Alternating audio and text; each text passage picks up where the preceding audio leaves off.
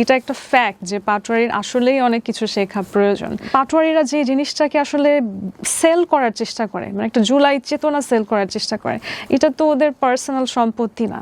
এবং এখানে ওদের চেয়েও বেশি, ওদেরকে বাঁচিয়ে রাখার ক্ষেত্রে অন্য দলের নেতা কর্মীদের আরো অনেক বেশি কন্ট্রিবিউশন ছিল। তো সেই জায়গায় তাকে রাজনৈতিক আসলেই যে জায়গাগুলোয় কাজ করতে হবে, সেটা শুধু প্রতিপক্ষকে আক্রমণ না। সে যদি আজকে কোনো একটা পদ পেয়ে যেত, সেই পদে গিয়ে সে কি কাজ করতো? সে সংসদে বসে 24 ঘন্টা কাদা ছোড়াছড়ি করতো? এটা তো নোংরা হতো আমাদের দেশের জন্য। এবং আমাদের দেশে আনফর্চুনেটলি অনেকে মনে করে যে বেয়াদব মানে হচ্ছে তার সাহস আছে। বেয়াদবি আর সাহস দুটো আলাদা জিনিস। সাহস হচ্ছে যে সরাসরি সম্মুখে এসে বলতে পারে যে this is the change I need. তো সেটা তো আসলে আমাদের দেশে অ্যাবসেন্ট। তো তাকে আসলেই শিখতে হবে।